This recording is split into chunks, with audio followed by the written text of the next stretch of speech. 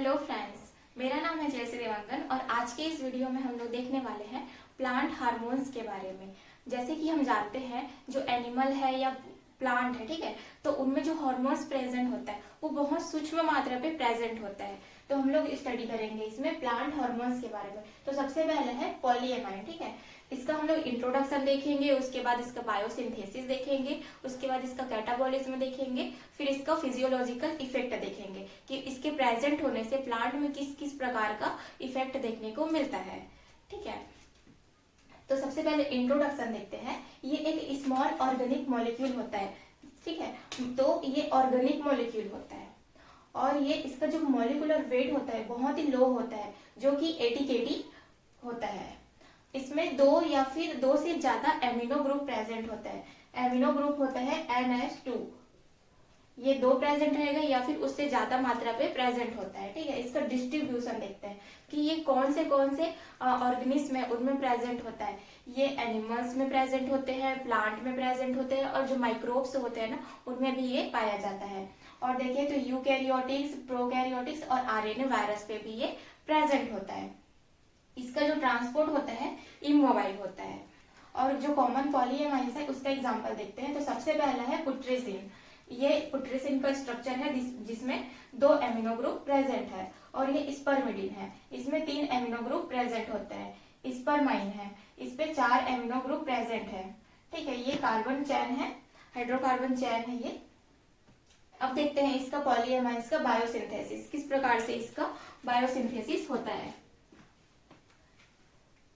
जो पॉलीएमाइन्स होते हैं उनका जो सिंथेसिस होता है वो दो प्रिकर्सर मॉलिक्यूल दो होता है, आर्जिनिन होता है और ऑर्निथिन होता है। ठीक है, तो आर्जिनिन से ज्यादा मात्रा पे होता है और ऑर्निथिन में बहुत कम मात्रा में होता है। ऑर्निथिन से ODC मतलब कि ऑर्निथिन डिकार्बोक्सिलेज के प्रेजेंस पे ये पुट्रेसिन में कन्वर्ट हो जाता है। इस पे डायरेक्ट होता है और इसमें थ्री स्टेप के बाद होता है, लेकिन ज्यादा मात्रा पे यही होता है। तो जो आर्जिनिन है वो आर्जिनिन डिकार्बोक्सिलेज के प्रेजेंट में एगमार्टिन में कन्वर्ट होगा, फिर एगमार्टिन इम्यूनोहाइड्रोलाइज के प्रेजेंट पे एंड कार्बोमाइल पुट्रेसिन में ये कन्वर्ट होगा। उसके बाद एंड कार्बोमाइल पुट्रेसिन के इम्यूनोहाइड्रोलाइज के प्रेजेंट पे ये पुट्रेसिन में कन्वर्ट हो जाता है, जो कि अपना ये पॉलीएमाइन्स का एग्जाम्पल है। उसके बाद जो पुट्रेसिन के लिए इसका जो प्रिकर्सर मॉलिक्यूल होता है वो आर्जिनिन होता है और ऑर्निथिन होता है। अब ये बनाना, इसके बाद जस्ट जो अदर जो पॉलीएमाइन्स है उसका सिंथेसिस होगा। तो स्पर्मिडीन सिंथेस के प्रेजेंट पे स्पर्मिडीन बनेगा, उसके बाद स्पर्मिडीन से स्पर्माइन सिंथेस के प्रेजेंट पे स्पर्माइन बनेगा। इस प्रकार से जो स्पर्माइन होता है उसके लिए प्रिकर्सर मॉलिक्यूल पुट्रेसिन होता है। ठीक है, इस प्रकार से इसका बायोसिंथेसिस होता है।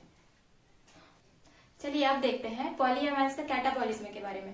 कैटाबॉलिज्म का अर्थ होता है कि तोड़ना, जैसे कि कॉम्प्लेक्स मॉलिक्यूल है उसको सिंपल मॉलिक्यूल में तोड़ना ही कहलाता है कैटाबॉलिज्म। तो पुट्रेसिन को मतलब पॉलीएमाइन्स को तोड़ना कैटाबॉलिज्म करेंगे इसमें हम लोग। तो पुट्रेसिन है और स्पर्मिडीन, इन दोनों का एग्जाम्पल हम लोग लेके चलेंगे। सबसे पहले जो पुट्रेसिन है वो DAO मतलब कि डाई एमिन ऑक्सीडेज के प्रेजेंट पे जब ऑक्सीजन यहाँ पे जुड़ता है तो वाटर मॉलिक्यूल होता है ना वो H2O2 और NH3 में कन्वर्ट हो जाता है और ये बाहर निकलता है, जिससे 4 एमिनो ब्यूटाल्डिहाइड का फॉर्मेशन होता है। उसके बाद इसका साइक्लेज होता है, मतलब कि ये साइकिल के फॉर्म में बनता है जिससे 1 पाइरोलिन बनता है और यहाँ से एक मॉलिक्यूल वाटर का रिलीज होता है यहाँ से। अब देखते हैं ये DAO डाई एमाइड ऑक्सीडेज होता क्या है। ये एक कॉपर कंटेनिंग एंजाइम होता है, जैसे कि यहाँ पे एज लगा हुआ है मतलब कि एंजाइम है। ये कॉपर कंटेनिंग एंजाइम होता है और हाई एफिनिटी होता है पुट्रेसिन के लिए। मतलब कि ये जो डाई एमिड ऑक्सीडेज है ना वो पुट्रेसिन को कैटाबॉलिज्म करने का कार्य करता है। ठीक है, इसको हम लोग अगर रिएक्शन के फॉर्म में लिखे तो पुट्रेसिन प्लस O2, तो DAO के प्रेजेंट पे 1 पाइरोलिन और एक NH3 और एक H2O2 बाहर निकलेगा। ठीक है, अब सेकंड एग्जांपल है स्पर्मिडीन का। स्पर्मिडीन के लिए पॉलीएमाइन ऑक्सीडेज PAO इसका यूज किया जाता है। तो इसमें ऑक्सीजन इसमें जुड़ेगा जिससे वाटर जो है H2O2 के फॉर्म में बाहर निकल जाएगा। उसके बाद यहाँ पे 4 एमिनो ब्यूटाल्डिहाइड का फॉर्मेशन होगा। इसके बाद इसका जब साइक्लाइज हो जाएगा तो फिर 1 पाइरोलिन में ये कन्वर्ट हो जाता है। अब देखते हैं पॉलीएमाइंस के बारे में। PAO ये क्या होता है? ये second class of plant flowering enzyme, ठीक है, और ये कैटाबॉलिज्म करता है स्पर्मिडीन को और स्पर्माइन को, दोनों को कैटाबॉलिज्म करता है। इसका रिएक्शन कुछ इस प्रकार से है, स्पर्मिडीन प्लस O2, तो PAO के प्रेजेंट पे 1 पायरोलिन और H2O2 में ये कन्वर्ट हो जाता है। अब देखेंगे इसका फिजियोलॉजिकल रोल। चलिए, अब फिजियोलॉजिकल रोल देखने से पहले हम लोग इसकी डिस्कवरी के बारे में देख लेते हैं। इसकी डिस्कवरी एंटोनी वॉन लीeuwenhoek ने रिपोर्ट किया था, जो कि ह्यूमन सीमेन है उसमें एक क्रिस्टलाइन सब्सटेंस के रूप में उसे अलग किया था, ठीक है, और ये सीमेन में देखा गया था फर्स्ट टाइम, इसलिए इसका नाम स्पर्माइन रखा गया। अब देखते हैं इसका फिजियोलॉजिकल इफेक्ट। इसका हम लोग चार्ट देखेंगे। सबसे पहला है नाइट्रोजन मेटाबॉलिज्म में ये जो है NH2 की एक्टिविटी को रिड्यूस करता है, ठीक है, और प्रोलिन का फॉर्मेशन करता है। सेकेंड है binding of macromolecule and micromolecule, ठीक है, ये करता है रेगुलेशन आयन चैनल को ये रेगुलेट करता है और ट्रांसक्रिप्शन ट्रांसलेशन में भी ये हेल्प करता है।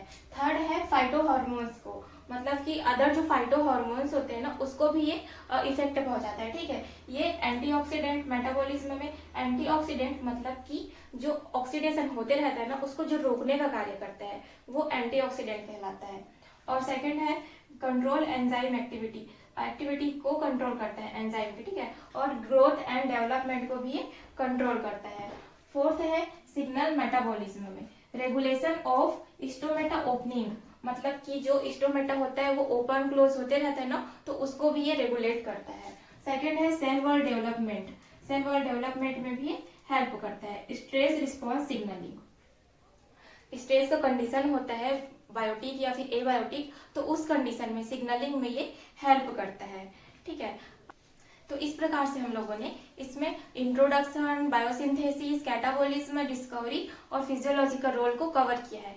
अगर ये वीडियो हेल्पफुल लगी हो तो वीडियो को लाइक करके चैनल को सब्सक्राइब कर दीजिएगा। मिलते हैं नेक्स्ट वीडियो में।